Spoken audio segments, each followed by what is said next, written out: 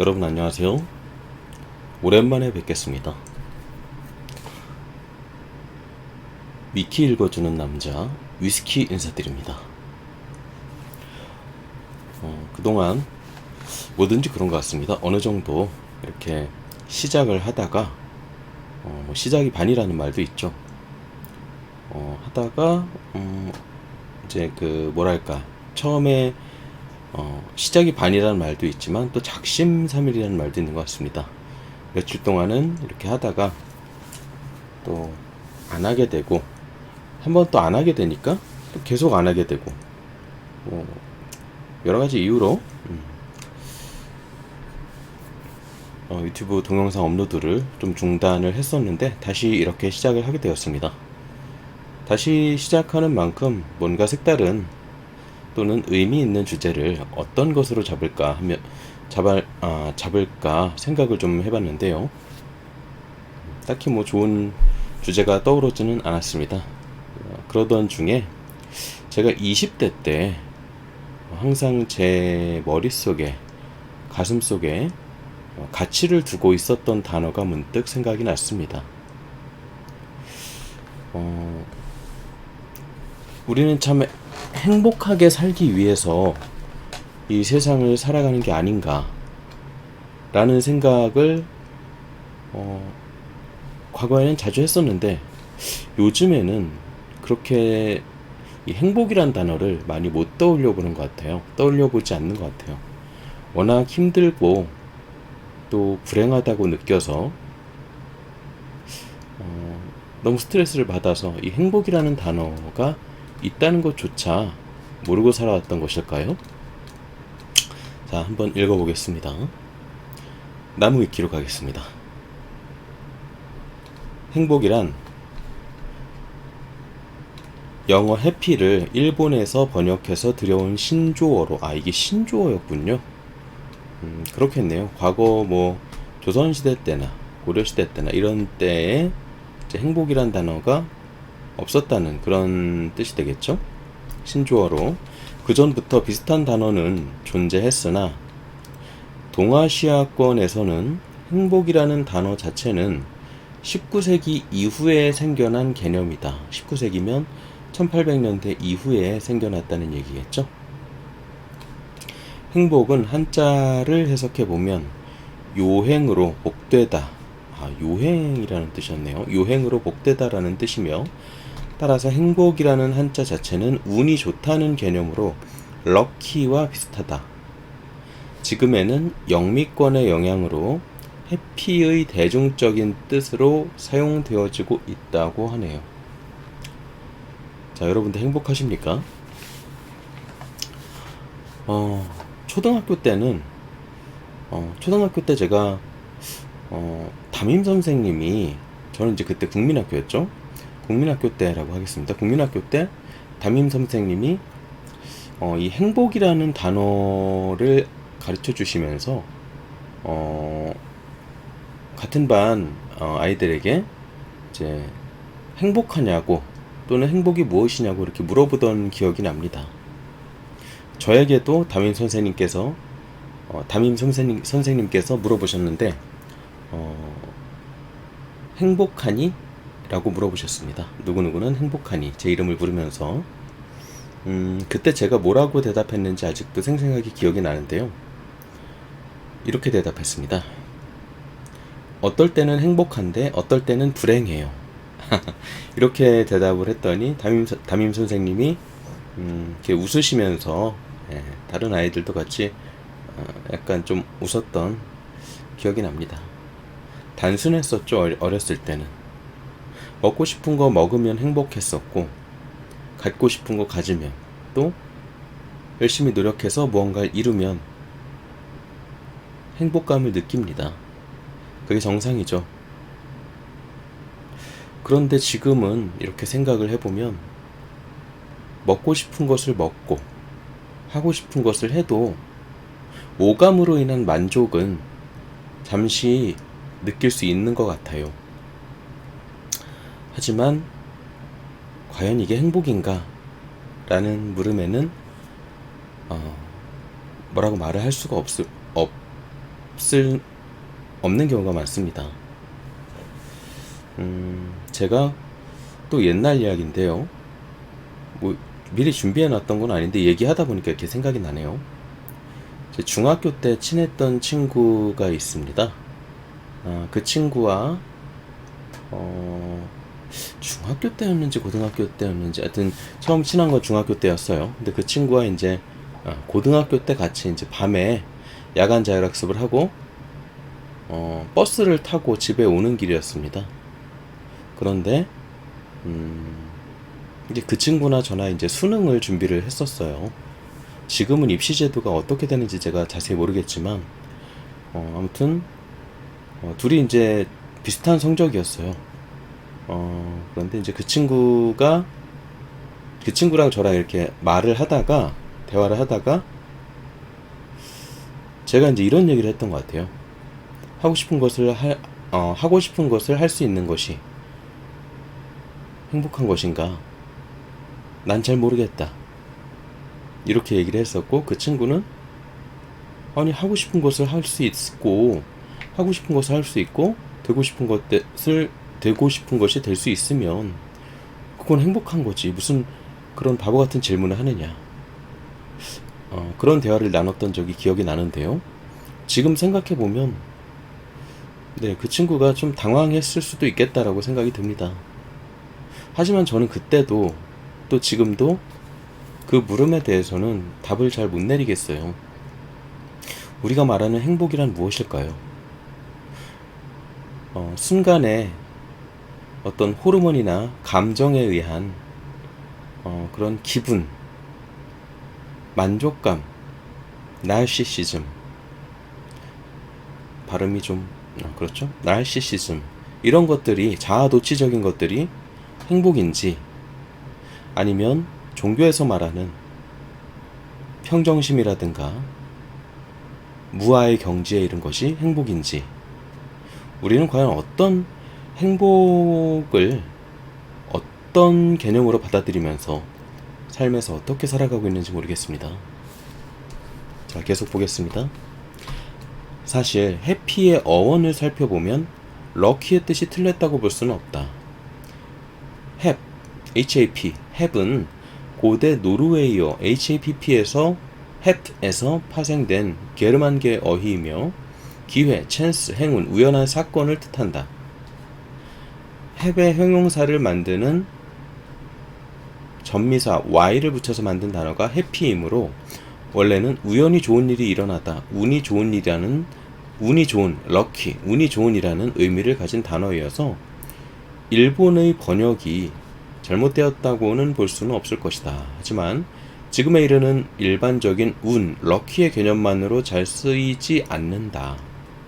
그렇죠. 우리가 행복이라는 단어를 럭키라는 단어와는 동일하게 쓰고 있지는 않습니다. 단어가 한자어로 되어 있는 한국에서 원래부터 쓰였던 단어로 생각하는 사람이 많으며, 그렇죠. 원래 있는 줄 알았어요. 원래 있었던 단어인 줄 알았습니다. 최근에는 한국의 가치관 속에서 행복을 추구하는 것이 보편적인 현상이 되었다. 그렇죠. 방금 말씀드렸듯이 우리는 행복하게 살기 위해서 살아간다라는 그런 가치관이 의식적으로 또는 무의식적으로 대부분의 사람들의 생각에 있을 것입니다. 하지만 행복의 어원은 영어 해피를 번역해서 들어온 신조어라는 것을 이해한다면 이 단어를 한국 문화의 맥락에서 이해하려고 하는 것보다 외국 문화의 맥락에서 이해하려고 해야 됨을 알 수 있을 것이다. 즉, 행복하다, 행복하지 않다라고 말하는 것은 외국 문화의 영향에서 비롯된 것이며 외국 문화의 관점에서 이해해야 되는 것이지 우리 문화의 가치관을 바탕으로 이해하려고 한다면 행복이라는 개념 자체를 쉽게 오해하게 된다. 서양의 고대 철학자 아리스토텔레스가 인간의 목표는 행복이라고 말한 이후로, 아리스토텔레스가 이런 말씀을 하셨군요. 인간의 목표는 행복이라고 했다고 하네요. 그렇게 말한 이후로 서양은 인생의 목표를 행복에 두는 가치관을 가지게 되었다. 하지만 아리스토텔레스의 행복 개념은 탁월성, ARETE, 뭐라고 읽는지 모르겠네요. 엘리트, 탁월성의 개념으로, 아리스토텔레스의 행복 개념은 엘리트, 탁월성의 개념이랍니다. 이게 혹시 오늘날 그 엘리트 그거일 수도 있겠네요.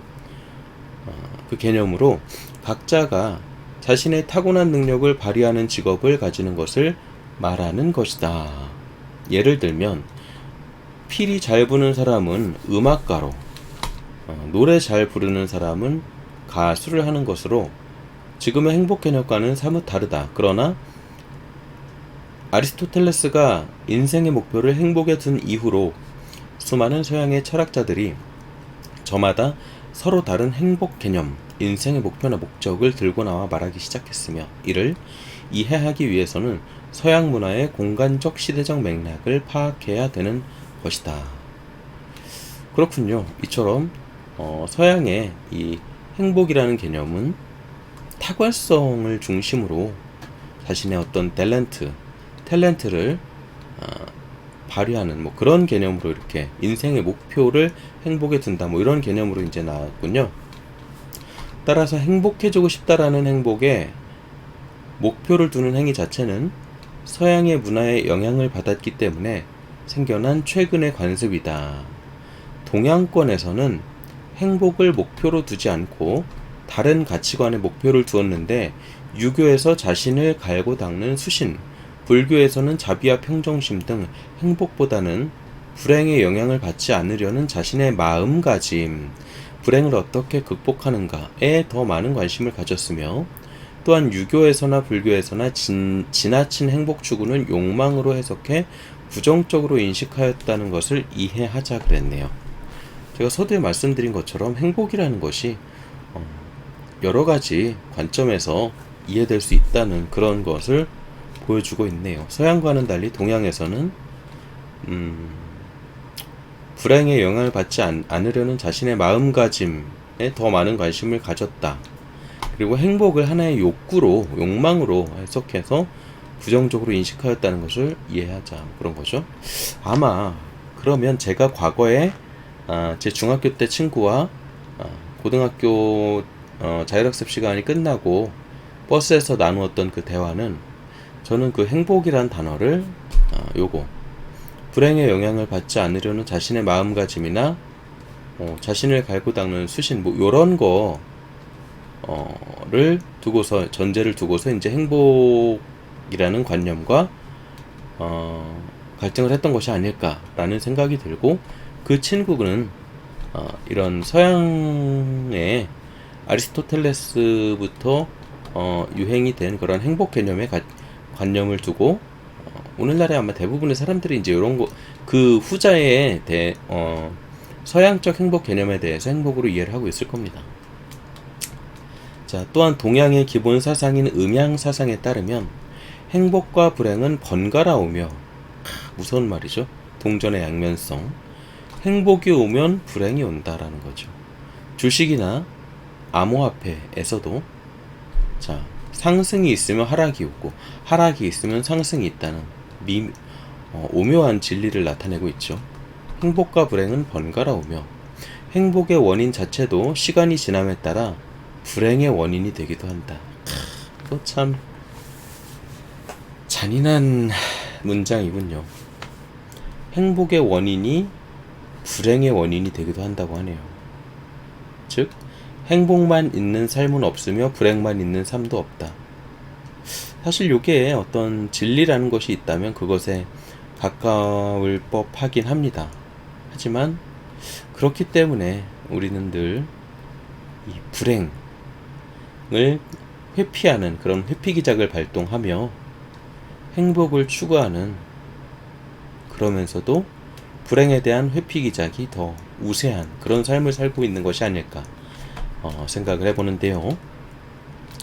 행복 속에서도 불행이 있고 불행 속에서도 행복이 있다는 것이 동양 사상의 통찰인 셈이다. 자, 여러분, 행복 속에 불행이 있고 불행 속에 행복이 있다. 그럴싸한 말이죠. 그런 것 같아요. 근데 여러분, 저만 그런지 모르겠습니다만 아마 많은 사람들이 그렇지 않을까요?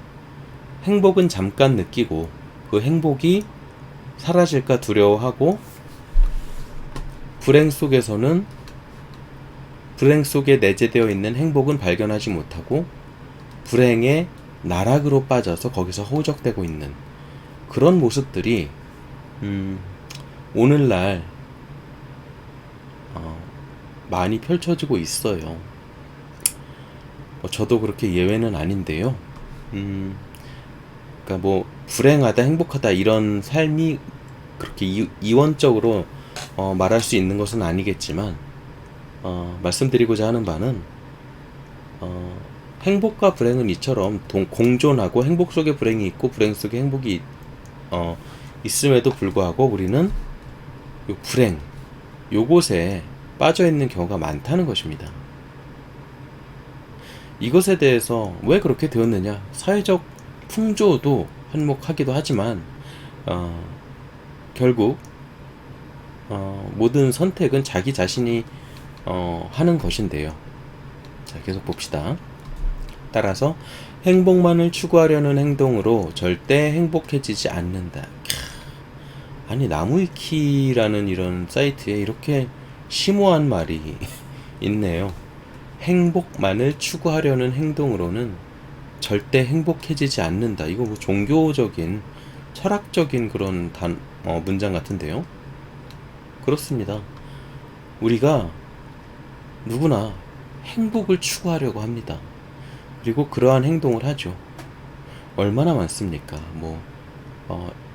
각종 영성 채널에서의 어떤 시크릿, 끌어당김의 법칙, 좋은 것만을 끌어당기는 그런 것들부터 해서 웃어야 된다, 웃는 모습을 좋아한다, 내지는 긍정의 힘, 행복만을 추구하려는 행동이 오늘날처럼, 또 특히 우리나라처럼 이렇게 만연해 있는 사회가, 시절이 또 있었는지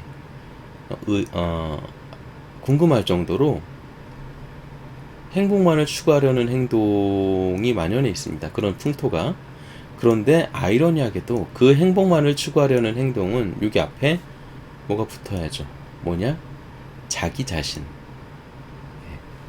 자기 자신의 행복, 자기 자신의, 또는 좀 더 넓혀보면 내 가족의 행복만을 추구하려는 행동을 하려는 사람들이 많이 있죠. 대부분, 저도 그렇고요. 그러한 풍토가 지금 만연해 있습니다. 자, 따라서 행복만을 추구하려는 행동으로 절대 행복해지지 않는다. 그런 행동을 한다고 하더라도 어느 정도 행복해질 수는 있지만 또한 그런 행동들을 통해 불행해질 수도 있다. 참, 무엇을 의미하는 걸까요? 그런 행동을 통해 불행해질 수도 있다. 예를 들어 볼까요?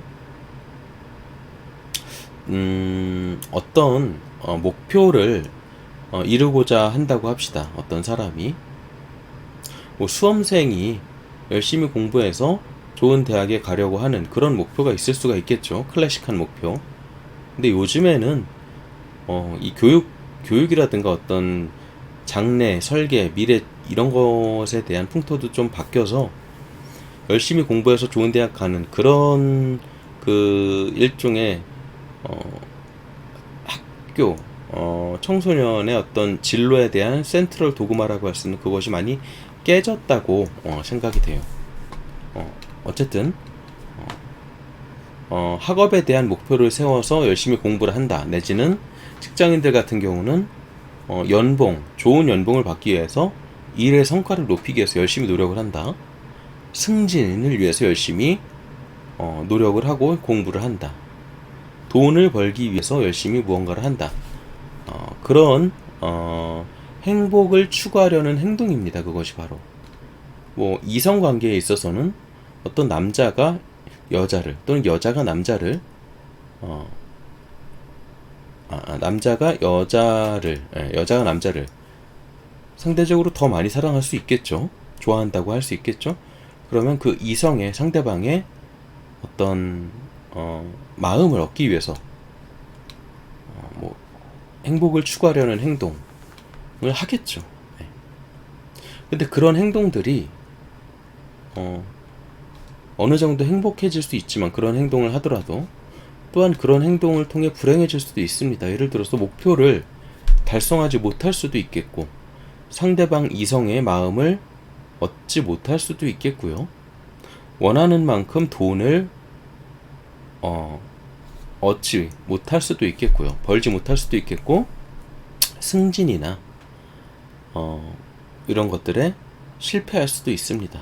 그리고 그런 어떤 목표에 대해서 노력을 하는 동안 그만큼 또 경제학적 관점에서 보면 기회비용이, 다른 곳에 노력을 할 수 있는 기회비용이 지불된 거잖아요. 그만큼. 그렇기 때문에 자기도 알지 못하는 사이에 그 지불된, 다른 곳에 지불되지 못한 그 기회비용은 만큼은 또 산술적으로 따지어 보면 또 마이너스가 될 수도 있는 것이고요. 그래서 행복을 목표로 삼고 성취하려고 해도 성취할 수 없는 것이 동양의 음양사상에서 바라보는 세상의 이치다. 이거 무서운 말입니다. 진짜 무서운 말이고 정말 맞는 말 같아요. 성취할 수 없는 것, 행복을 목표로 삼고 성취하려고 해도 성취할 수 없는 것이 동양의 음양사상에서 바라보는 세상의 이치이다. 그러므로 서양의 목적론적 사고방식과는 다르게 동양에서는 우리가 통제할 수 없는 행복과 불행이 막상 내게 닥쳤을 때 나는 어떻게 행동하고 생각해야 되는가에 초점을 맞춘 대응론적 사고방식이 발달하게 되었다고 하네요. 자, 저는 이 말이 그렇게 와닿는데요. 행복을 목표로 삼고 성취하려고 해도 성취할 수 없는 것이 동양의 음양사상에서 바라보는 세상의 이치이다. 목표를 정하고 그것을 성취하기 위해서 노력을 한다면 어지간한 목표는 성취를 할 수가 있기도 하고요. 또 그렇지 않기도 합니다. 또 그것을 성취했다고 하면 그와 반대급부적으로 비슷한 가치의 어떤 것이 나에게서 사라지기도 합니다. 그런 것들을 이렇게 지나고 나서 생각을 해보니 좀 겪어봤던 것 같은 생각이 들어요. 그렇죠? 다 가질 수는 없다. 뭐 그런 말일 수도 있고요. 뭐 경우에 따라서는 다 갖는 게 아니라 하나라도 좀 가졌으면 좋겠다. 뭐 그런 생각도 있고요. 결국은 이것을 설명을 하고자 하면 이 삶이라는 것이 제로섬 게임인지 아니면 파시티브 섬 게임인지에 대한 논쟁도 있을 수가 있을 것 같아요. 공부도 잘하고 돈도 잘 벌고 훌륭한 배우자, 훌륭한 이성도 만나고 무엇이든 잘하고 뭐 이런 사람이 있을 수 있겠죠. 그런 사람을 세인들이 봤을 때 뭔가 그런 사람에게도 흠이 있기를 바라고, 내지는 그런 사람의 흠을 들춰내기를 좋아하면서 어쩌다 들춰낸 그런 흠을 또 이렇게 퍼뜨리고 다니면서 뭐 그런 행태들이 많이 보일 수가 있는 거죠. 누구나 완벽한 사람은 없기 때문인 거죠. 뭐 경우에 따라서는 아무것도 가지지 못한 사람이 있을 수도 있습니다.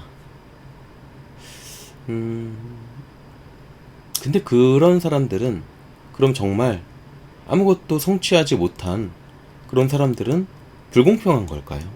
그렇지는 않을 겁니다.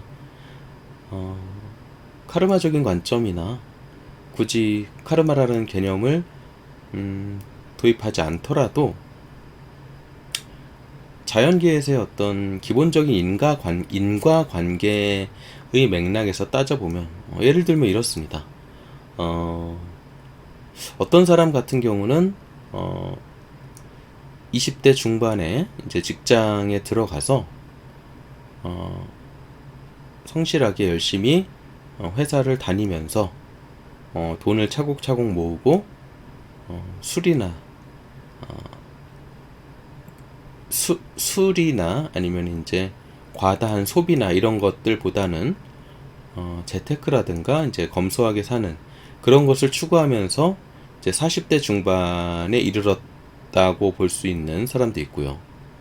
또 어떤 사람은 같이 20대에 동일한 시점에 비슷한 직장에 들어가서 어떤 미래에 대한 설계보다는 그때그때 소비하고 또 향락에 빠져서 삶을 하루살이처럼 살아온 사람도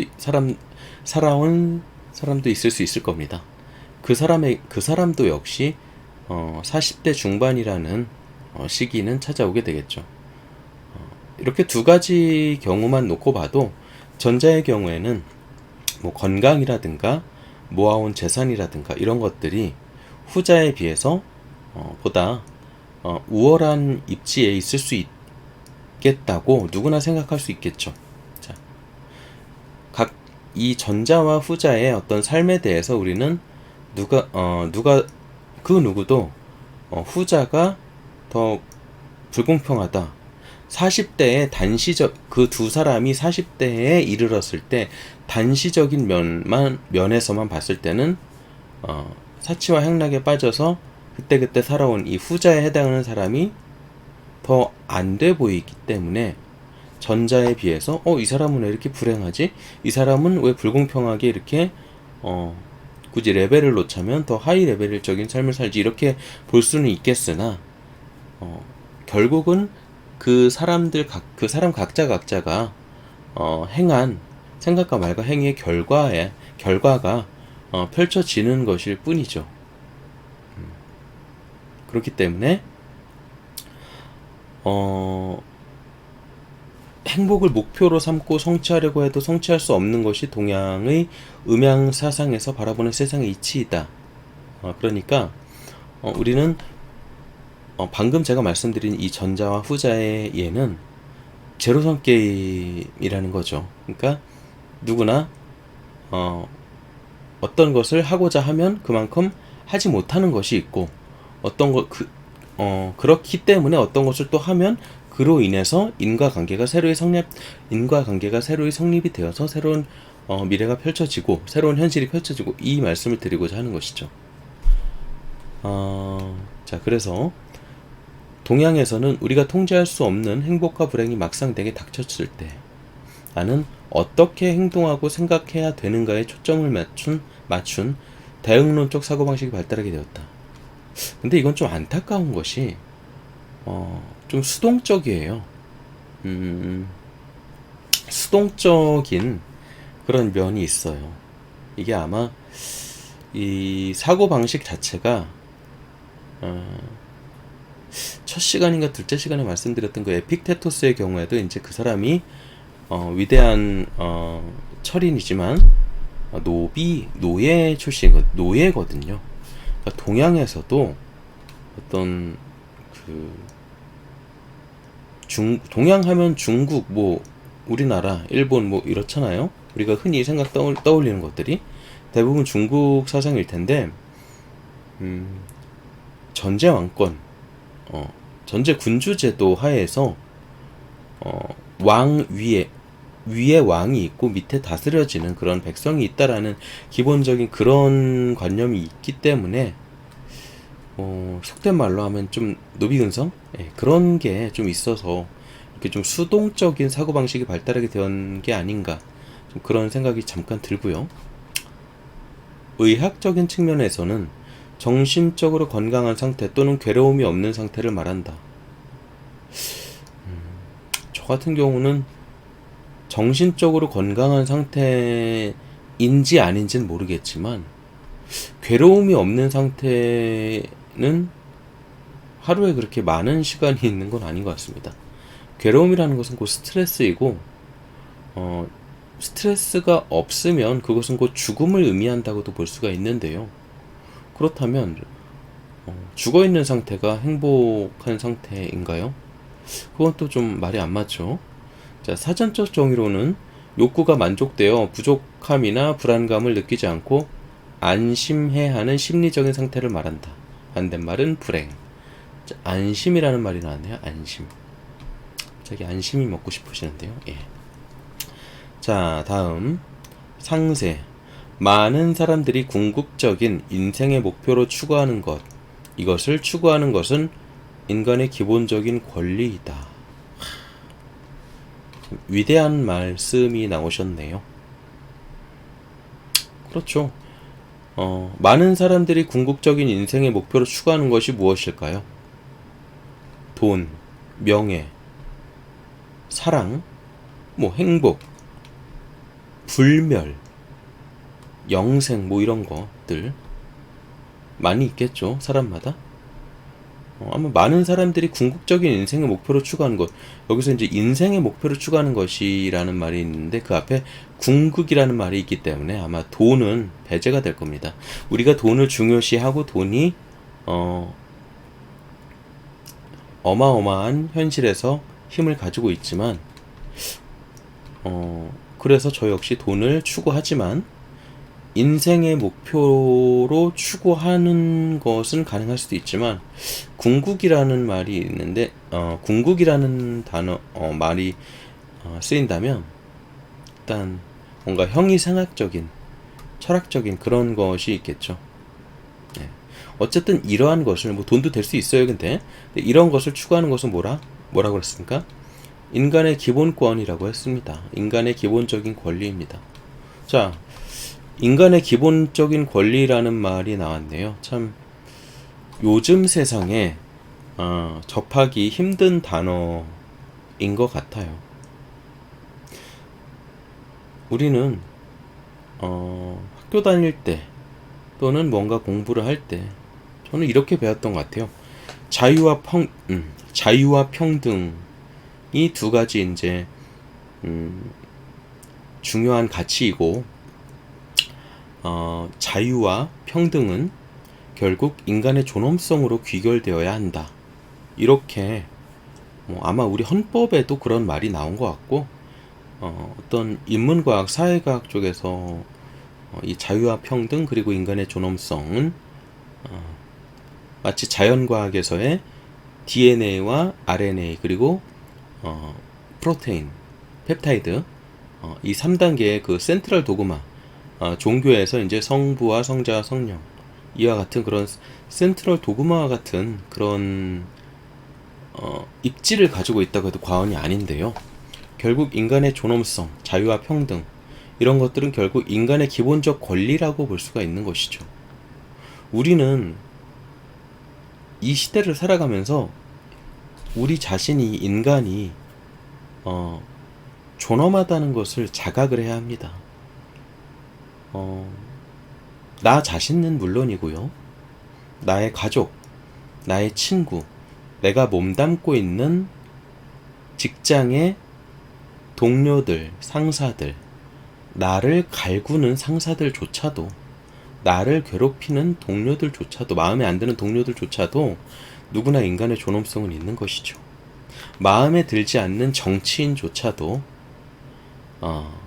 범죄자조차도, 근데 이게 확장이 돼가지고 범죄자에게도 인간의 존엄성이 있고 인간의 기본적 권리가 있느냐라고 물어보면 거기서부터 또 논쟁이 발생을 합니다.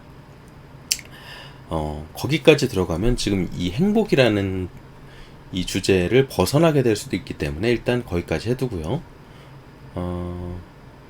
아리스토텔레스는 니코마코스 율리아, 니코보코라는 예전에 그 스포츠 브랜드는 기억이 나는데요. 니코마코스 율리학은 처음 들어보네요. 니코마코스 율리학에서 인간이 사는 목적은 바로 이 행복 때문이라고 했다. 아리스토텔레스가 이렇게 행복을 중요시하는 사람인지는 지금 처음 알았네요. 물론 좀 더 파고들면 일반인들이 생각하는 행복과는 다른 점도 많은데 아까 얘기했던 그 행복이겠죠? 엘리트. 아리스토텔레스는 행복을 그 자체로 추구되어야 할 것으로 보았으므로 물질적 행복 및 당시 그리스에서 중요하게 여겨지던 명예 등은 타율성을 띠고 있는 것으로 보고 진정한 행복이 아니라고 봤다. 자, 명예라는 것은 나 자신이 만들 수가 없는 것이죠. 타인에 의해서 만들어지는 것입니다. 그렇게 만들어진 명예는 진리라고 볼 수는 없어요. 명예를 만드는 그 타인들이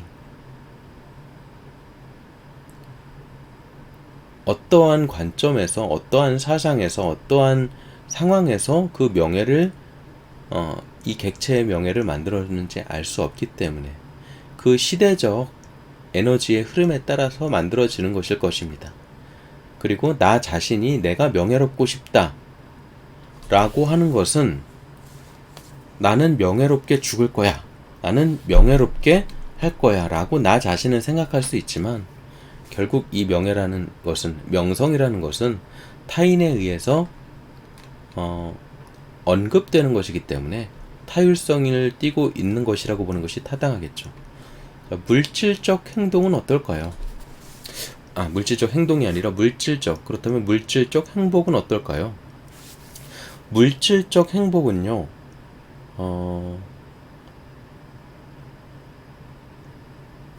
자수성가한 사람 같은 경우가 이제 스스로 물질적인 부를 이룬다면 그것은 이제 자율적으로 타율성이 아니지 않느냐 이렇게 볼 수도 있지만요, 근본적으로 우리 쉽게 말해서 금수저, 흙수저라는 게 있죠.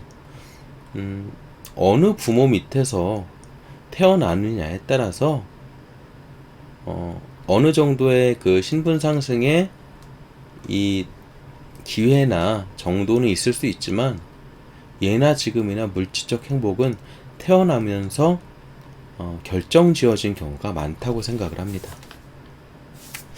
그래서 타율성을 띠고 있는 것으로 보고 진정한 행복은 타율성이 아닌 자율성을 띠고 있다고 본 거겠죠, 아리스토텔레스가. 그래서 진정한 행복은 아니라고 보았다. 뭐가? 물질적 행복이나 명예가.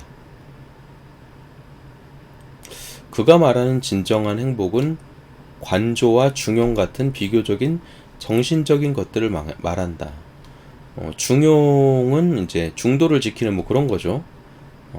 치우치지 않음, 그러면서 평온한 마음 상태, 뭐 그런 것일 거고, 관조라는 것은 이렇게 바라보는, 요즘 말로 하면 와칭이라는 책이 대유행이죠. 나를 바라보는 나, 뭐 그런 걸로 제가 알고 있는데요. 그러면서 역시 객자로서의 어떤 성찰을 할 수 있다. 뭐 종교적인 관점에서 보면은 무아의 상태, 자, 열반이나 그런 상태겠죠. 그리스도 의식, 모크샤, 뭐 그런 것들이겠죠. 그런데 말입니다. 아무리 관조를 하고 와칭을 하고 중도를 지키려고 해도 물질적인 행복이나 명예가 바탕이 되어주지 않으면 우리는 고통을 받는 것이 현실입니다.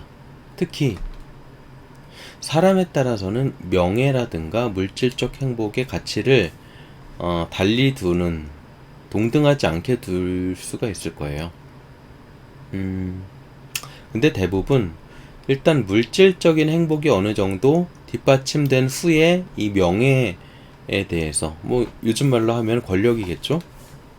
그런 것을 추구하는 것 같아요. 아무튼 이 물질적 행복이나 명예도 이 관조나 중용과 같은 정신적인 것들 못지않게 또는 요즘 세상에서는 그것들보다 더 중요할 수도 있지 않느냐, 그런 생각이 좀 들기도 합니다. 계속 볼게요. 상서는 홍범편에서 인간의 오감으로, 뭡니까? 왜 갑자기 한문이 나오고 그래요? 여기서 또 제 무식이 탄로가 나는데, 아니 제가 한문은 정말 못해요. 이게 좀 그렇네요.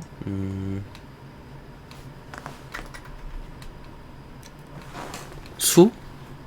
아, 오래 사는 거 장수. 그리고 이건 뭐 돈인 것 같고요. 이건 뭐지?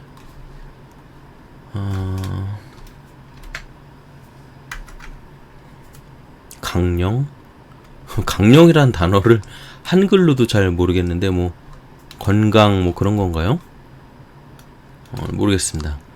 지금 한문 공부를 하려고 한 게 아니기 때문에 상서라는 것 자체도 제가 모르겠는데 상서가 13경의 하나라네요. 중국의 역사책. 중국의 역사책 상서까지 알아보긴 좀 그렇고요.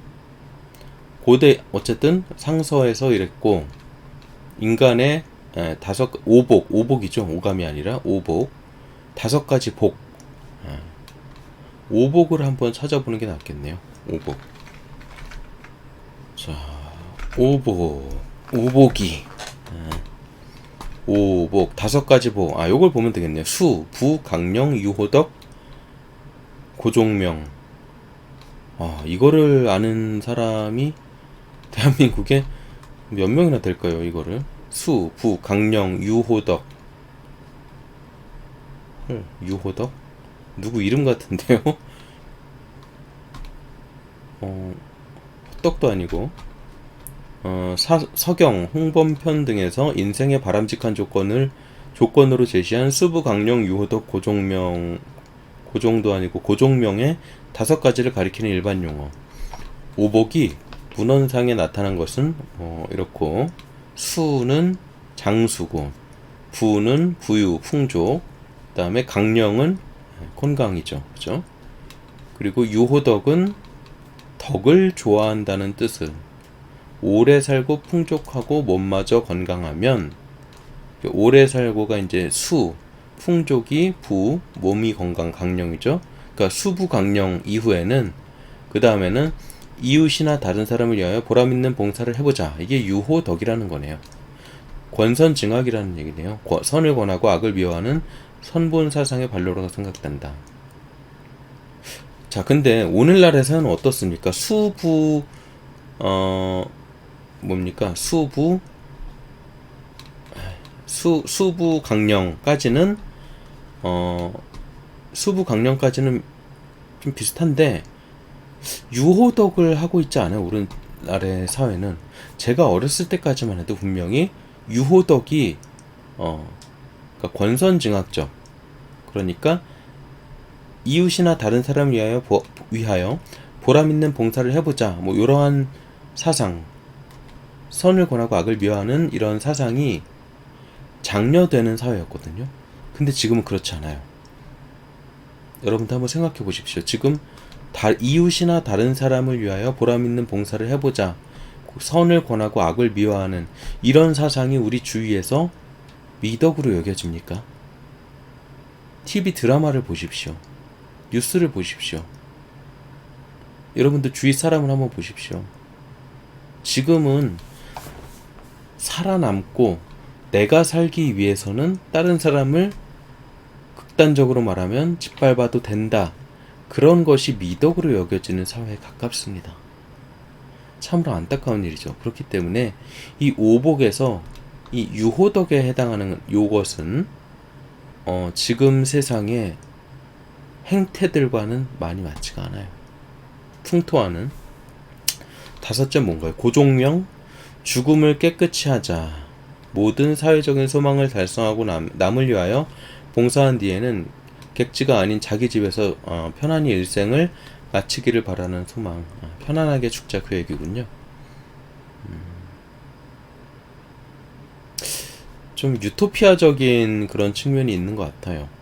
정말 이렇게 사람들이 생각을 하고 산다면 범죄라든가 아니면 갈등이라든가 그런 것들이 많이 줄어들겠죠. 어쨌든 다시 일로 가서, 그래서 이제 오복에 대해서 알아봤고요. 동양사상. 그 다음에 고대 인도에서는 인간이 추구해야 할 4가지로 카마, 욕망, 아르타, 재산, 드하르마, 의무, 모크샤, 해탈을 꼽았다. 제가 아까 모크샤라고도 언급을 이제 열반과 이렇게 같이 언급을 했었는데, 이제 해탈이라는 뜻이에요, 모크샤가. 그래서 인도에서는 욕망 자체를 금기시하지 않았군요. 인간이 추구해야 할 네 가지 중 하나로 욕망을 꼽았고요. 그 다음에 재산은 부조, 돈, 풍요, 그 다음에 의무, 해야 하는 것들, 뭐 자유가 있으면 책임이 있다, 뭐 그런 것들이겠죠.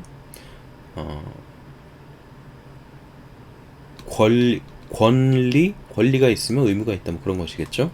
그 다음에 이제 해탈, 궁극의 경지를 얘기하겠죠. 고대 그리스어로 에우다이모니아는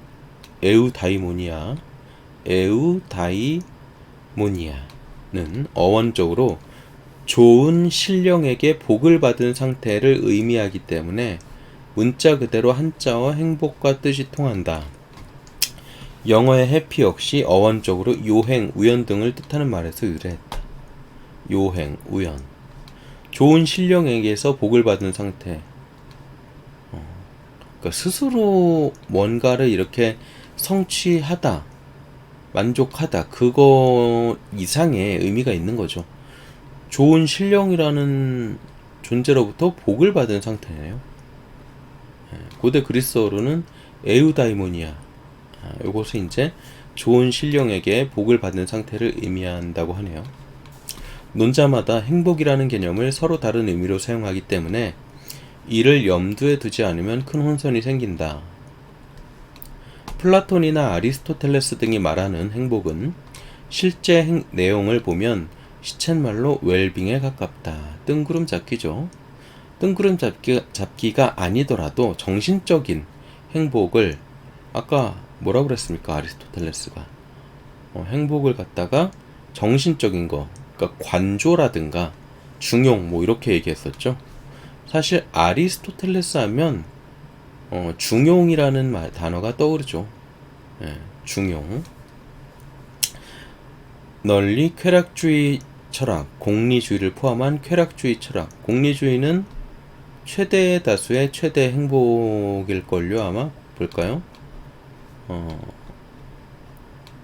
벤담. 그쵸? 여기 나오네요. 최대 다수의 최대 행복. 아마 경제학 시간에 아마, 또는 윤리 시간에 나올 텐데요. 자, 이러한 공리주의를 포함한 쾌락주의 철학에서 말하는 행복이 일상적인 의미의 행복에 가깝다. 그렇죠?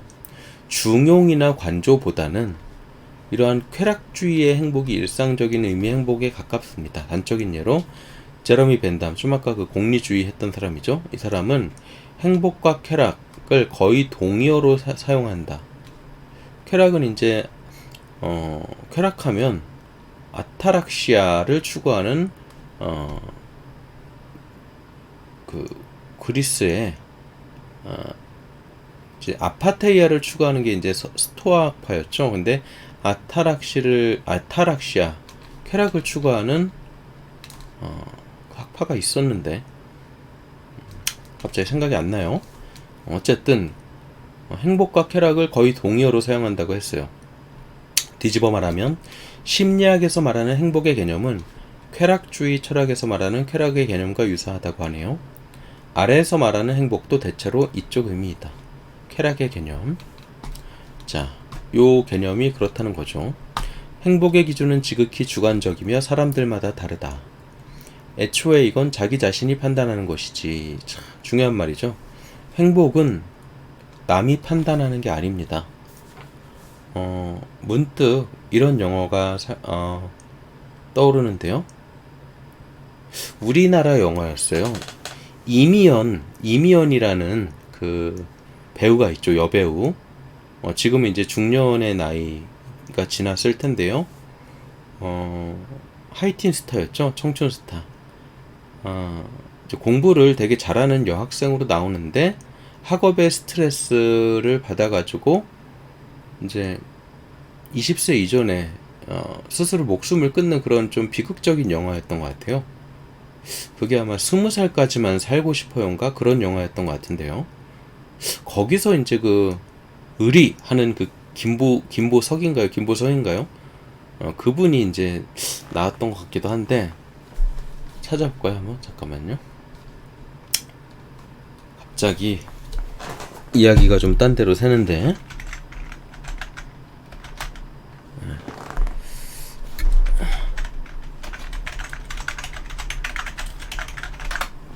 아니면 어떡하지? 아닌가? 아닌가? 참. 제가,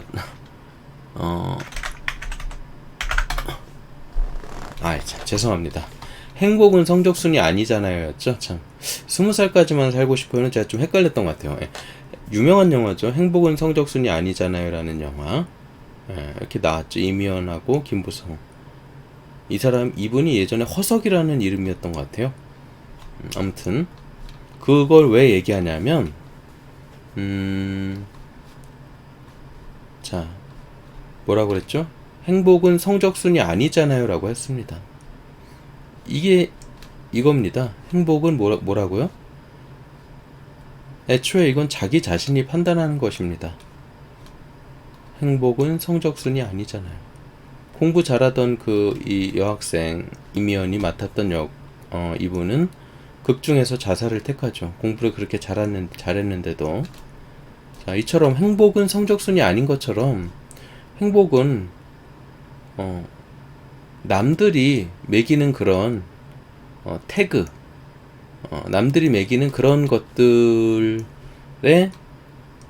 의해서 좌지우지되지 않는 게 아니라 자기 자신이 판단하는 것입니다. 근데 아이러니하게 또 뭐가 문제냐면 자기 자신이 판단을 할 때 남들이 매기는 가치에 의해서 자기 자신이 판단을 하기 때문에 자기 자신이 남들이 매기는 가치 판단에 의해서 자기 자신이 판단을 하기 때문에 우리가 행복을 제대로 느끼지 못한다는 것이죠. 다른 사람이 판단할 수 있는 것이 아닙니다. 행복은.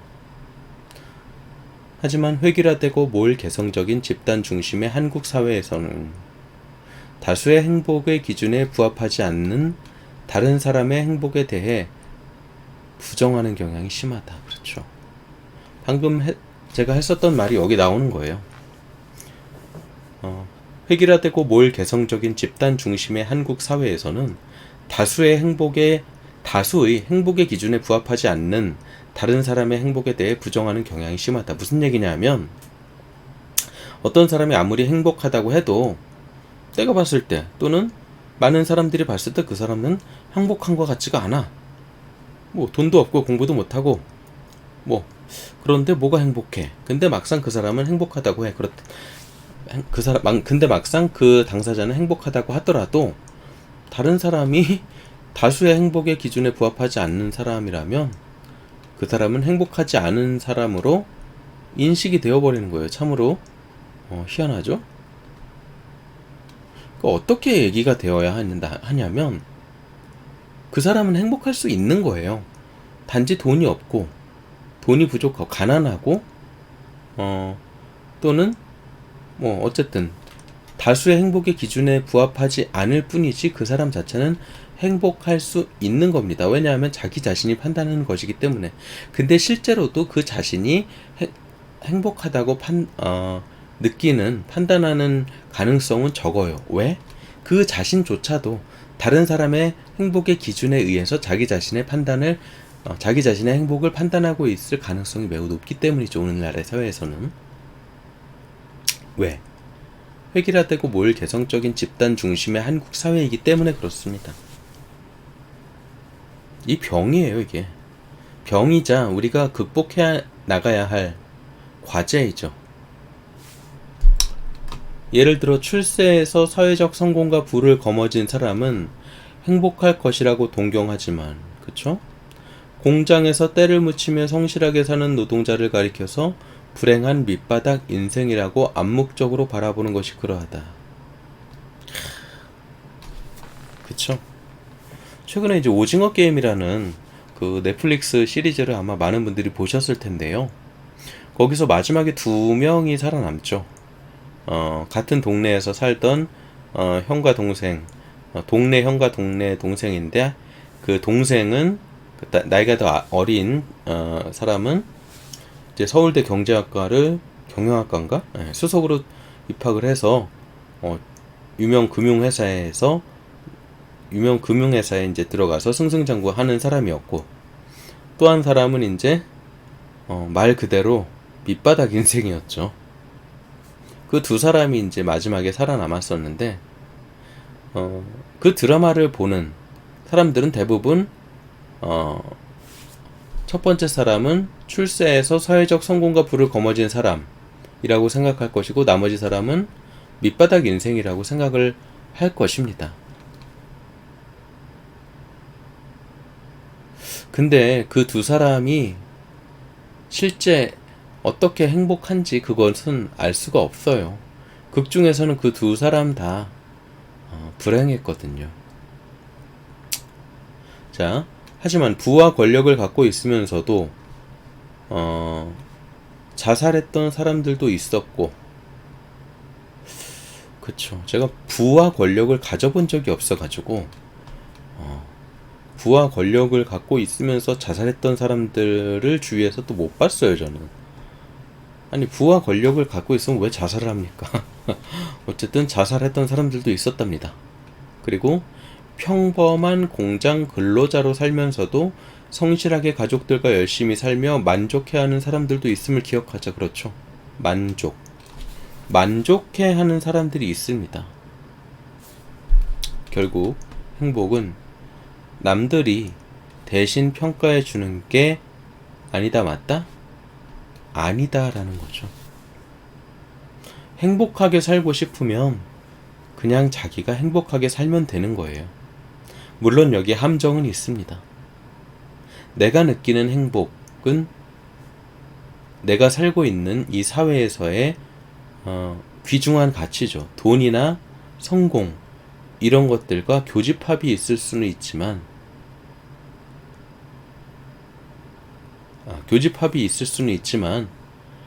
내가 느끼는 행복이 곧 사회에서의 돈이나 성공 이런 것과 같지가 않다는 얘기죠.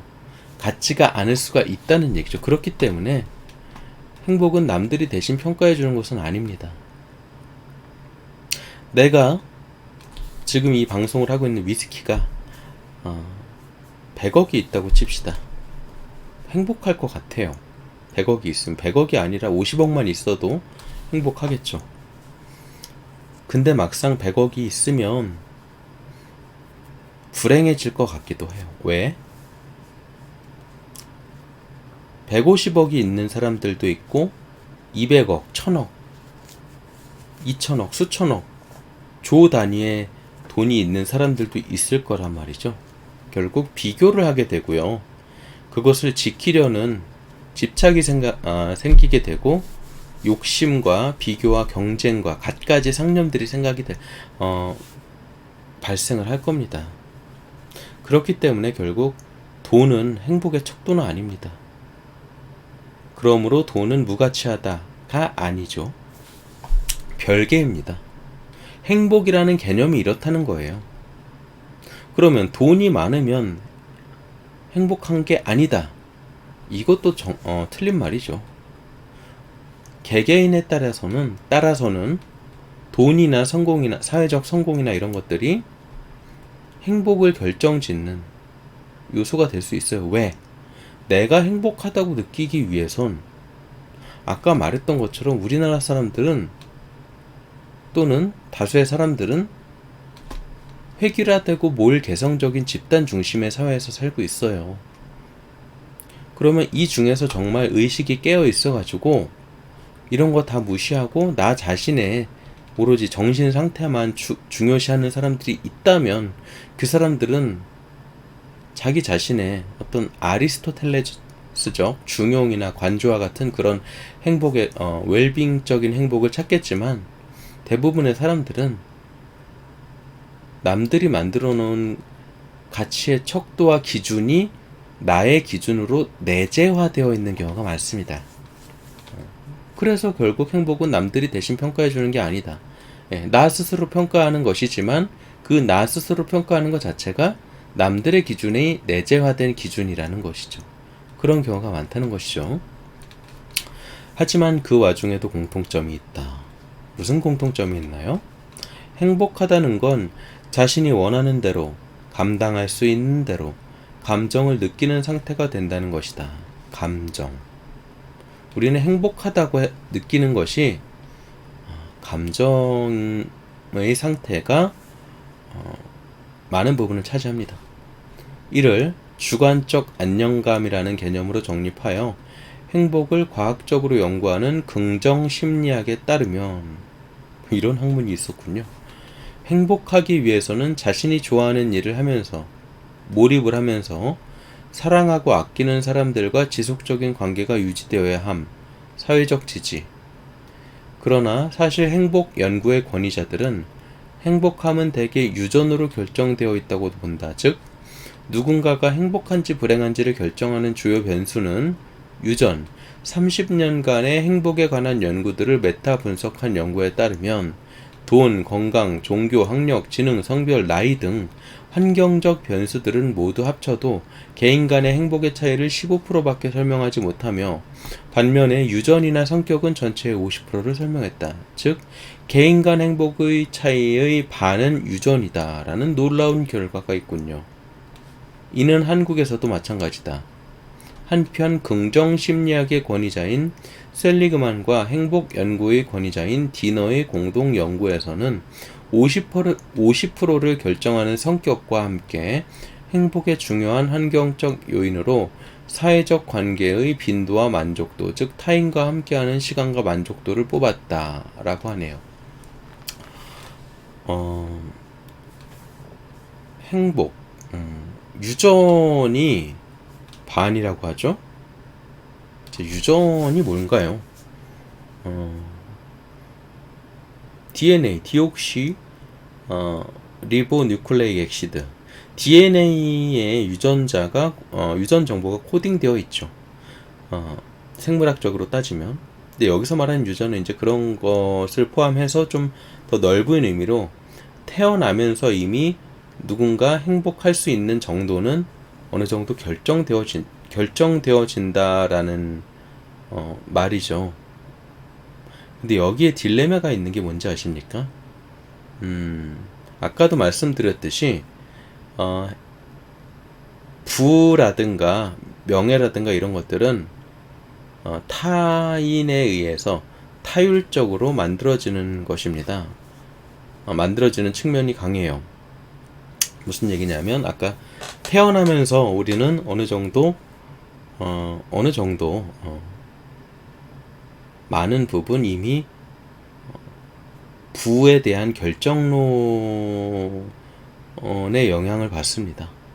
어떤 부모에서 어떤 집안에서 태어나느냐가 우리의 물질적 풍요를 많은 부분 결정짓는다고 볼 수가 있겠죠. 그리고 아버지 어머니가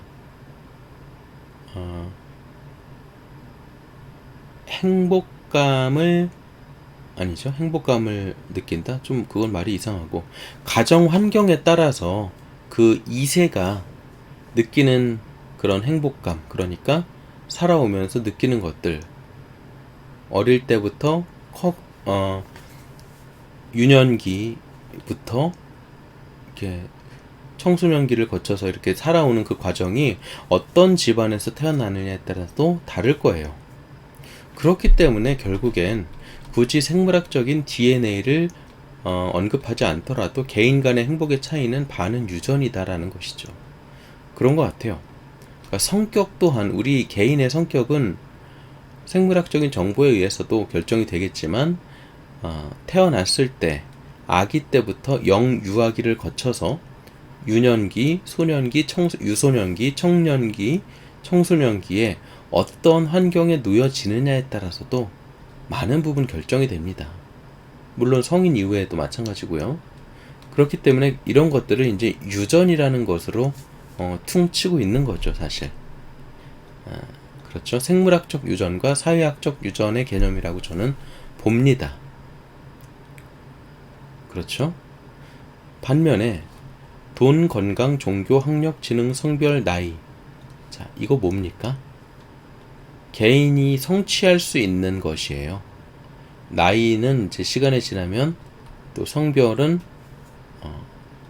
자, 여기까지가 돈이나 건강, 종교, 학력, 지능. 돈은 어느 정도 태어나면서 결정되지만 어쨌든 자기가 벌어낼 수 있는 것이고, 건강, 자기가 하기 나름이죠. 종교, 학력, 지능, 자기가 성취할 수 있는 부분이에요. 지능도 어느 정도. 자, 이런 개인적인, 그러니까 정적인 것이죠.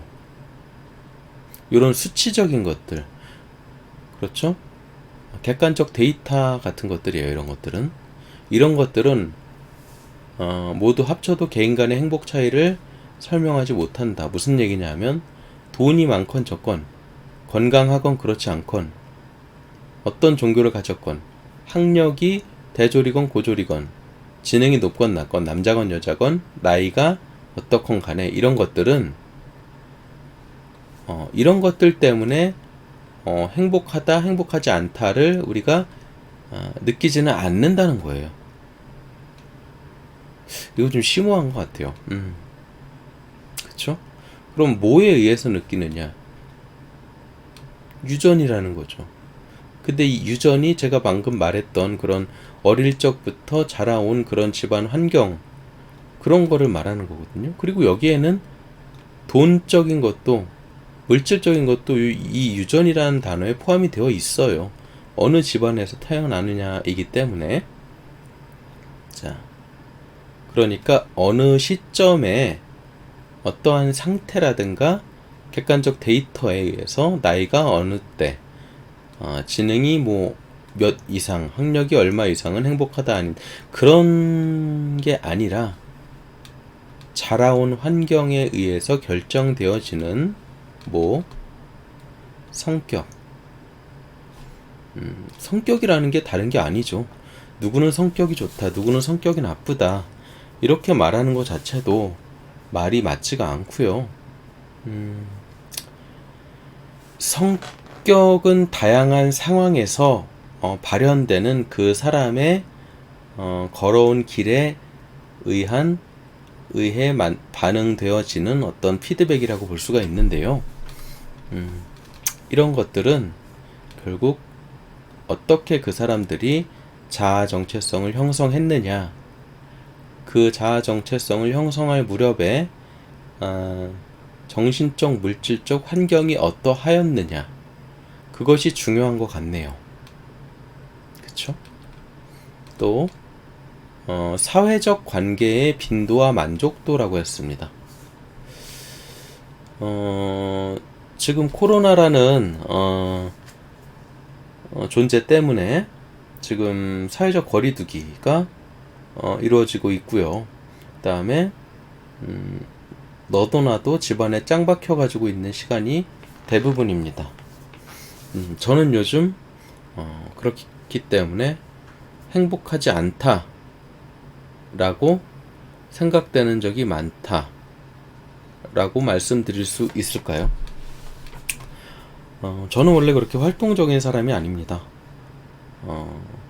코로나 시절 이전에도 제 와이프와는 달리 저는 제 집에 그냥 있는 걸 참 좋아하는 사람이에요. 제 방에 있는 걸 좋아하고, 그래서 집도 깨끗이 정리하고 예쁘게 꾸미고 제 방도 멋있게 꾸미고 이런 거 좋아하는 사람이거든요. 그렇기 때문에 지금과 같은 그 집에 짱 박혀 있어야 하는 환경은 저에게는 매우 익숙합니다. 근데 그렇다고 제가 요즘이 더 행복해, 이렇지는 않아요. 자율적으로 그렇게 하느냐 아니면 타율적으로 그렇게 하느냐에 따라서 달라지는 것이기 때문이죠. 그런데 어쨌든 간에 지금 많은 분들이 겉으로 드러나는 사람들의 만남이라든가 이런 것들을 좀 제약을 받고 있습니다. 그렇기 때문에 상대적으로 그에 대해서 반대급부적으로 유튜브라든가 SNS를 좀 활발하게 하시는 분들이 많이 계실 거고요. 자, 지금 유튜브라든가 SNS를 제가 말씀을 드렸는데요. 이런 것들이 결국 사람은 누군가와 관계를 내지는 컨택을 하고 싶다는 겁니다. 그런 욕구가 있어요. 저에게도 있고요. 여러분들에게도 있습니다. 이거는 뭐냐면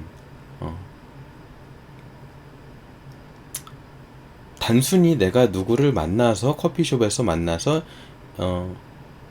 수다를 떨고 싶고 술집에서 만나서 술을 마시면서 얘기를 하고 싶고 그런 거랑은 좀 달라요. 사회적 관계, 타인과 함께하는 시간과 만족도라는 거죠. 자, 뭐 가족도 타인은 타인이에요. 코로나 덕분에 가족과 있는 시간이 많아지긴 했는데요. 우리 인간은 매슬로우의 5단계 욕구 이론에 따르면 뭐 식욕의 생존의 욕구인가요? 5단계 욕구가 있는데 이제 1, 2, 3단계는 좀 동물적인 그런 욕구였고요. 4단계가 이제 인간관계의 욕구, 5단계가 자아실현의 욕구인가 그럴 거예요 아마. 근데 요즘 세상에 자아실현을 제대로 하는 사람이 있는지 모르겠어요. 제가 알아오던 그 자아실현이라는 것은 어렸을 때 그러니까 배워온 바에 의하면 뭐 입신양명 뭐 이런 것의 개념인데 지금은 그 자아실현의 의미가 조금 달라진 것 같아요. 어쨌든 자아실현은 그렇고 이제 인간관계 욕구, 사회적 관계 욕구가 이제 4단계, 그러니까 자아실현 바로 전 단계인데요. 상당히 상위의 욕구예요. 그러니까 인간은 누구나 타인과 함께 하고 싶은 그런 측면이 있다는 거죠. 어떤 게 있을까요? 예를 들어서 내가 사진을 찍었는데 인스타에 올렸어요. 그래서 많은 사람들이 뭐 긍정적인 피드백을 했다. 댓글을 단다던가. 그런 게 바로 이제 그런 욕구입니다. 페이스북에 내가 뭔가를 올렸어요. 일상에 대해서 내 생각이나 아니면 사진이나 뭔가를. 그에 대해서 누군가 긍정적인 피드백을 해주면 그것이 이제 이런 사회적 관계의 욕구죠. 이것은 단순히 내가 내 주소록에 많은 사람들의 연락처가 있는 것과는 다릅니다. 내가 많은 사람들과 물리적으로 만나고 많은 사람들과 의미 없는 대화를 하는 것과는 달라요. 겉으로 드러나는 그런 껍데기가 아니라 누구에게나 타인과 함께하고 싶은 이제 그런 욕구가 있다는 거죠. 그 가운데서 결국 나를 발견할 수 있기 때문입니다. 자, 많은 사람들의 생각과는 달리 돈 얘기 나오네요. 자, 그렇죠. 돈 얘기를 빼놓을 수가 없죠, 행복에는. 많은 사람들의 생각과는 달리 돈은 행복 자체를 만들어주기보다는 불안함을 없애줌으로써 행복한 삶을 도와준다고 한다. 그랬네요.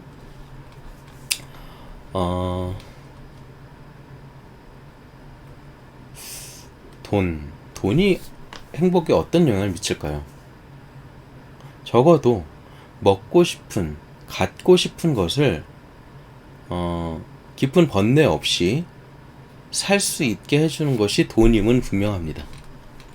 물론 최소한의 경제적 조건이 필요하지만 먹고 사는 수준을 넘어서면 대체로 얼마나 부유하냐는 행복의 수준을 높이는 절대적 조건은 아니라고 한다. 그러니까 부유함은 행복의 수준을 높이는 절대적 조건은 아니라고 하는 거죠. 그렇죠? 돈은 분명히 필요하고 유용합니다. 그러나 어느 정도 이상이 되면 어느 정도까지는 행복이 이렇게 올라가겠죠. 그러나 돈이 정말 어느 정도 이상이 되면 행복이 올라가는 속도는 이렇게 줄어들겠죠. 문제는 물질이 행복에 영향을 주지 못하게 되는 평균치가 연봉 6천만 원 정도의 높은 수치라는 점이다. 연봉 6천만 원 정도 여러분 되십니까? 이 정도 이상이 되면 행복은 그 이상 돈이 들어와도 연봉 6천 이상이 되면 그렇게 행복감이 높아지지 않다는 것이에요. 이것도 2010년대 중반 이야기고요. 2010년대 말인 2019년에는 연봉 1억 원으로 그렇죠. 그러니까 지금은 2021년이니까 한 1억 5천 되겠네요. 자, 1년에 연봉 1억 5천 정도가 있으면 그 이상이 되면 뭐 1억 2천에서 1억 5천 정도, 또는 뭐 2억이 될 수도 있고요. 그 정도 돈이 있을 때까지는 이제 행복하다고 느끼는데, 그거보다 많은 돈이 있으면 그 행복감이 비례적으로 상승하는 것은 아니다라는 거죠. 그러니까 그 기준치가 점점 높아진다는 것이 함정이라는 거죠. 여러분들 지금 연봉이 뭐 개인으로 봐서 또는 그 가정으로 봐서 1억 넘으세요? 2019년에 갱신된 자료에선 인플레이션 영향으로 1억이니까 지금은 제 생각엔 한 1억 5천 될 것 같아요. 자, 1년에 1억 5천 정도를 벌면 그냥 별 생각 없이 만족하면서 살 수 있다는 얘기예요. 이 분야의 최대 권위자인 에드 디너가 있으며, 국내에서는 에드 디너 밑에서 수학한 연세대학교의 누구누구 교수가 있다. 참고로 이분은 첫인상이 행복은커녕 108가지의 번뇌가 느껴지는 눈빛에다가 수고하고 무거운 짐 지고 있는 듯한 표정으로 유명하다. 네. 뭐 그렇다 하더라도 행복은 개인이 느끼는 것이니까요. 자, 연구에 따르면 똑같은 돈으로 구매 행위를 할 때 물건을 사는 것보다 경험을 사는 것이 더 행복에 도움이 된다고 한다. 요가 교실이나 학원, 맛있는 소고기를 사 먹는 것보다는 같은 돈이라면 요가를 다니거나 학원에 다니는 게 더 행복에 도움이 된다고 하네요. 학원을 다녀본 적이 제가 거의 없어가지고, 요가 교실도 더더군다나 마찬가지죠. 참고로 제 와이프는 요가 교실을 아주 만족해하면서 다니던데요. 요가가 그렇게 재미있어 보이지는 않아요. 그냥 제가 몰라서 하는 얘긴데, 근데 재미있나 봐요. 네. 하지만 특히 한국 사회는 행복을 물질로 환산하는 경우가 많아 문제점으로 꼽히고 있다. 어떤 경험이나 조건 등이 행복에 궁극적으로 도움이 되는지 개인적, 사회적으로 충분한 성찰이 이루어지지 않았고, 그렇다고 고민하기에는 삶이 너무 바쁘고 고단하다 보니 일단 돈부터 모아놓고 보자. 그렇죠. 일단 돈부터 모아놓고 보자는 마인드의 사람들이 갈수록 늘어나고 있다. 이것이 극단적으로 대표적인 이것의 극단적인 예가 이제 오징어 게임이죠. 돈, 그렇죠? 사람의 목숨보다 수백 명의 목숨보다 돈이 중요하다는 게 오징어 게임이잖아요. 어지간한 것들은 돈으로 치환 가능하다고 여기기 때문이다. 특히 고유한 특성이 된 듯 매일같이 낮은 행복지수는 가난하면서도 행복지수가 높다고 알려진 부탄 같은 국가들과 대비되어 선진국을 향한 주요한 논의의 대상이 되고 있다. 그래요. 행복지수가 부탄이 높다고 해요. 어디 있는 건가요? 부탄 왕국은? 전룡의 왕국?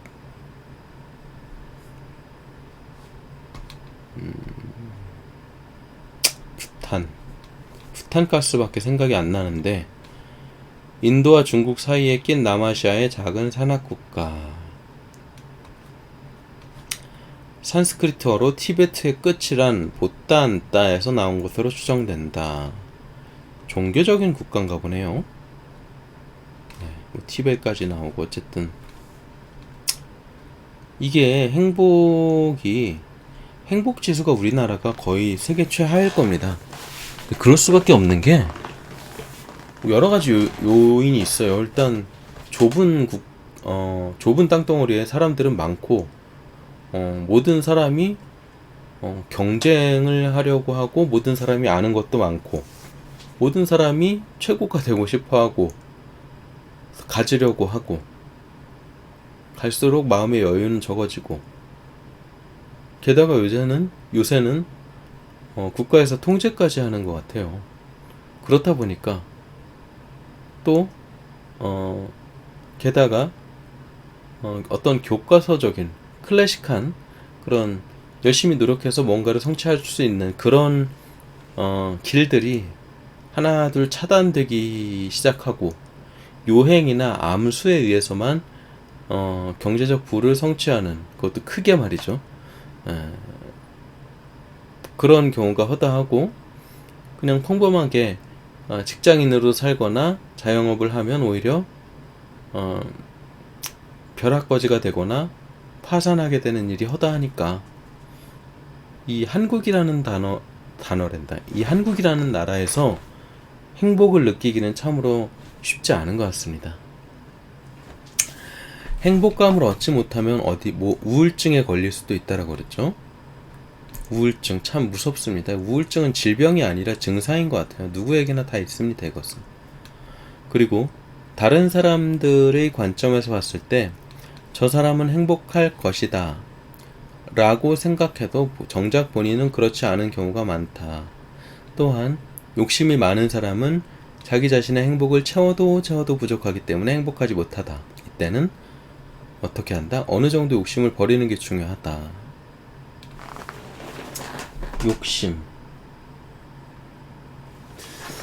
욕심을 버리는 게 중요하다라고 하는데 이게 또 쉽지가 않죠. 더할 나위 없는 행복, 이보다도 행복할 수 없는 행복을 지복이라 일컫는다. 자, 분류는 아무것도 없네요. 국제적으로 평가되는 행복. 지금 1시간 반이 다 돼갔는데 할 수 있겠군요. 한번 읽어보겠습니다. 유엔을 기준으로 하면 일단 객관적인 측면에서의 지표가 최우선적으로 고려된다. 1인당 GDP, 사회복지 예산, 빈곤층 및 중산층의 비율, 서민층의 생활 수준 등이 고려되는 것. 따라서 선진국이고 사회복지가 잘 되어 있으면 중산층이 두터워 사회가 안정적인 국가일수록 행복지수가 높은 편이고, 물론 주관적인 행복에 대한 관념도 고려하므로 이 부분에서 심각하게 떨어지는 한국, 일본 등의 점수가 낮은 것은 사실이다. 물론 한계도 있다. 체감지수가 주는 아니지만 상당 부분 반영되고 있어 국민소득 면에서 크게 낮은 라틴 아메리카의 콜롬비아 같은 국가가 선진국인 일본을 크게 앞선다던가 하는 것. 하지만 대체로 GDP와 복지 수준, 사회 안정성과 직결되는 경우가 많아 그 객관성을 인정받고 있다.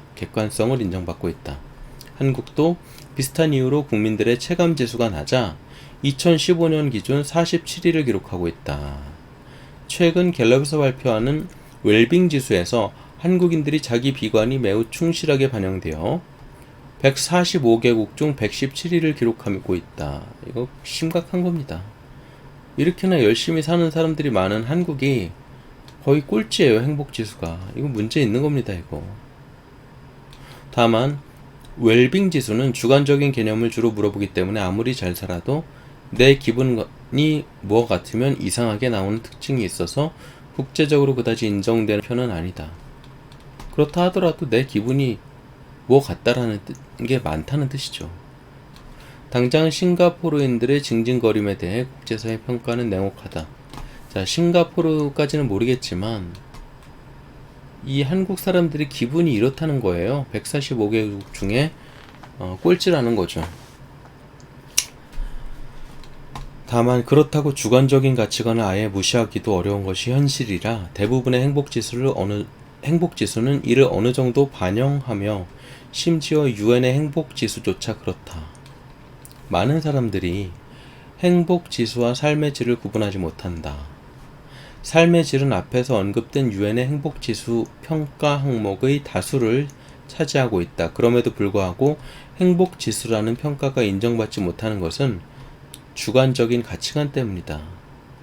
애시당초 행복지수라는 말 자체가 냉전 당시 소련 측 독재 국가들이 자본주의 국가들에게 보여주기 식으로 작성된 각종 통계적 수치로서 조금만 생각해보면 인간의 감정은 수치화할 수 없다. 그렇죠. 감정을 수치화할 수는 없지만 통계적인 부분은 분명히 존재한다는 것이죠.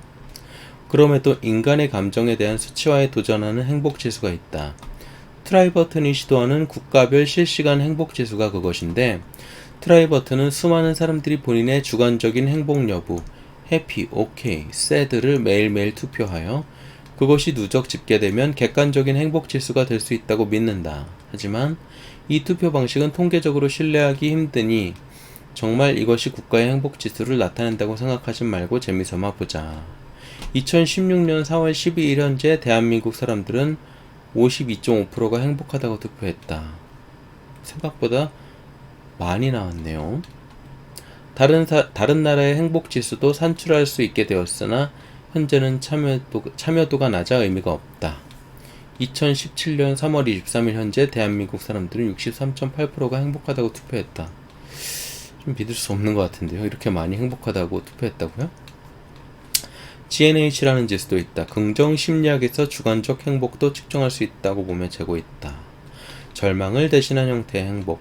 최근 일본에서 등장하는 개념인데 후루이치 노리토시가 주장하는 더 이상 나아질 가망이 없으니 자신들은 행복하다는 여론이 그것이다. 바닥이란 얘기네요. 그게 아니라 바닥은 이제 더 이상 나빠질 가망성이 없을 거고 더 이상 나아질 가능성이 없으니까 그러니까 이제 자신들은 행복하다. 그렇죠. 꼭대기에 있어서 행복한 게 아니라 바닥임에도 불구하고 더 이상 올라갈 수 없으니까 행복하다 그거네요. 현대 일본 사회의 청년층들 삶이 근거인데 그들의 인생은 기성세대에 비해서 힘들고 나아질 기미도 별로 없지만 대신 PSP나 위를 사용하여 현실로부터 어느 정도의 이탈이 가능하고 메타버스죠. 욕심이 없으면 먹고 사는 문제에 별 지장이 없는 등의 특징으로 인해 자신들의 삶은 행복하다고 여기고 있다는 것이다. 다만 이 주장에 대해 비판도 존재하는데요. 해당 주장 자체가 현실과 거리가 먼 데다 청년들이 그렇게 달관하고 있는 건 아니라는 것이다. 특히 후쿠시마 미노리는 후루이치 노리토시가 자기 주변의 엘리트 청년들의 삶을 기준으로 청년층을 평가한다고 비판하기도 했다고 하네요. 다음, 진화 심리학 관점에서의 행복. 행복의 분야는 수백 년 동안 철학과 윤리적 관점에서 행복을 이야기했지만 최근에는 진화론을 접목한 이론들이 설득력을 얻고 있다. 진화 심리학의 관점에서는 현대의 인간도 다른 동물이나 고대 인류와 크게 다를 바 없다고 이야기하며 행복도 이성보다는 본능과 무의식의 영향이 크다고 이야기한다. 행복을 동물의 본질적 욕구인 생존과 번식에 도움이 되는 행동을 할 때 느껴지는 동기부여로 본다. 즉, 행복은 생존이라는 목적을 위한 도구이다. 이는 긍정적인 생각을 하면 행복해진다. 행복은 인간의 궁극적인 목적이다와 같은 기존의 격언과는 전혀 다른 관점이라고 볼 수 있다. 또한 쾌락과 행복, 고급 쾌락과 저급 쾌락을 구분하지 않고 모두 같은 행복으로 본다. 무엇을? 생존이라는 목적을 위한 도구라는 것이오. 이 관점에서 본다면 행복이란 감정은 생물체가 생존과 번식에 도움이 되는 행동을 하도록 그에 대한 유인작용에 불과하다는 것이다. 아하, 유인작용이라네요. 따라서 생존에 도움이 되는 영양가 있는 음식을 먹거나 잠을 많이 자서 체력을 보충하며 행복해지는 것이다. 특히 번식에 도움이 되는 낯선 이성과 친해지는 것은 큰 행복이 된다. 마지막으로 인간은 생존을 위해 뭉쳐 지내도록 진화해왔기 때문에 웬만한 사회활동을 할 때 가장 유효하며 지속적인 행복을 느낀다. 우리가 상대방에게 도움을 주거나 도움을 받을 때 행복을 느끼는 것도 이 때문. 상당히 설득력이 있네요, 이게. 생존과 번식에 도움이 되는 행동을 하도록 그에 대한 유인작용에 불과하다는 것. 반대로 직장 상사에게 무조건적인 복종을 강요받거나 절친한 사람과 싸우거나 시련을 겪게 되면 극도의 불안감을 느끼게 된다. 이는 생존과 번식에 대한 위협을 사전에 인지하도록 설계된 본능에 의해 엄청난 불안감을 느끼게 되는 것이다. 상당한 설득력이 있는데요. 이 이론이 무슨 이론이죠? 진화심리학. 기존의 행복과는 전혀 다른 관점으로 행복과 불행이라는 감정을 보다 냉정하게 분석하고 있다. 하지만 원만한 인간관계가 중요하다는 맥락은 상통한다. 무엇과? 기존의 관점과. 이 분야의 세계적인 석학으로는 연세대학교에 누구누구 교수가 있으며 행복의 기원이라는 책을 추천한다고 하네요. 어록 장막을 걷어라. 나의 좁은 눈으로 이 세상을 더 보자. 창문을 열어라. 춤추는 산들바람을 한 번 더 느껴보자. 가벼운 풀밭 위로 나를 걷게 해주세. 봄과 새들의 소리 듣고 싶소. 울고 웃고 싶소. 내 마음을 만져주. 나는 행복의 나라로 갈 테야. 한대수 행복의 나라로. 진정한 기쁨은 편안함이나 부 혹은 인간에 대한 찬양으로부터가 아니라 가치 있는 일을 하는 데서 나온다. 윌프레드 그랜펠. 우리는 다음과 같은 사실들을 자명한 것으로 믿는다. 모든 사람은 평등하게 창조되었으며 그들의 창조주로부터 몇 가지 양도할 수 없는 권리들을 부여받았다. 그 중에서 생명, 자유, 그리고 행복의 추구에 대한 권리가 있다. 미국 독립선언서 1776년. 네, 요거 위선입니다. 모든 사람들이 평등하게 창조되었습니까? 그렇지 않죠. 당장 한국을 보십시오. 모든 사람은 평등하게 태어나지 않았습니다. 따라서 미국 독립선언서는 거짓입니다. 자, 여기까지 행복에 대해서 봤는데요. 유치환님의 행복이라는 시가 있네요. 사랑하는 것은 사랑을 받는 이보다 행복하니라. 오늘도 나는 에메랄드빛 하늘이 훤히 내다배는 우체국 창문 앞에 와서 너에게 편지를 쓴다. 행기를 향한 문으로 숱한 사람들이 제각기 한 가지씩 생각에 족한 얼굴로 와선 총총히 우표를 사고 전보지를 받고 먼 고향으로 또는 그리운 사람께로 슬프고 즐겁고 다정한 사연들을 보내나니 세상의 고달픈 바람결에 시달리고 나부끼어 더욱더 의지 삼고 피어 헝클어진 인정의 꽃밭에서 너와 나의 애틋한 연분도 한 방울 연연한 진홍빛 양귀비 꽃인지도 모른다. 사랑하는 것은 사랑을 받는 이보다 행복하니라. 오늘도 나는 너에게 편지를 쓰나니 그리우니여. 그러면 안녕. 설령 이것이 이 세상 마지막 인사가 될지라도 사랑하였으므로 나는 진정 행복하였네라. H.O.T 행복. 그쵸.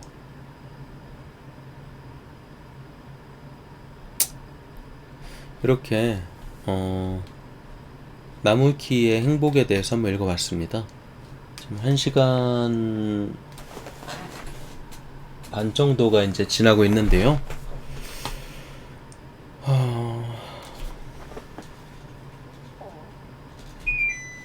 어떻습니까? 행복하십니까? 물을 한 잔 먹겠습니다.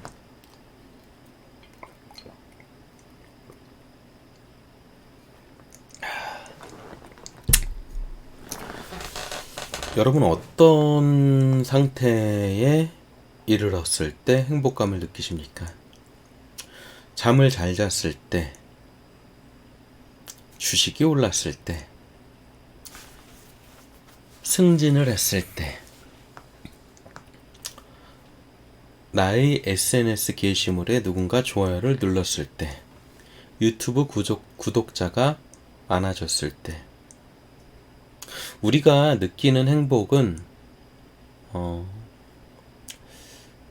우리의 자의식이 느끼는 것인 경우가 아마 대부분일 것입니다. 나라는 존재가 느끼는 것이죠. 이에 대해서 나라는 존재는 결국 허상이니 무아의 경지로 돌아가야 한다라고 말을 한다면 그 무아의 경지는 또 어떤 목적이 되어버리는 것이죠.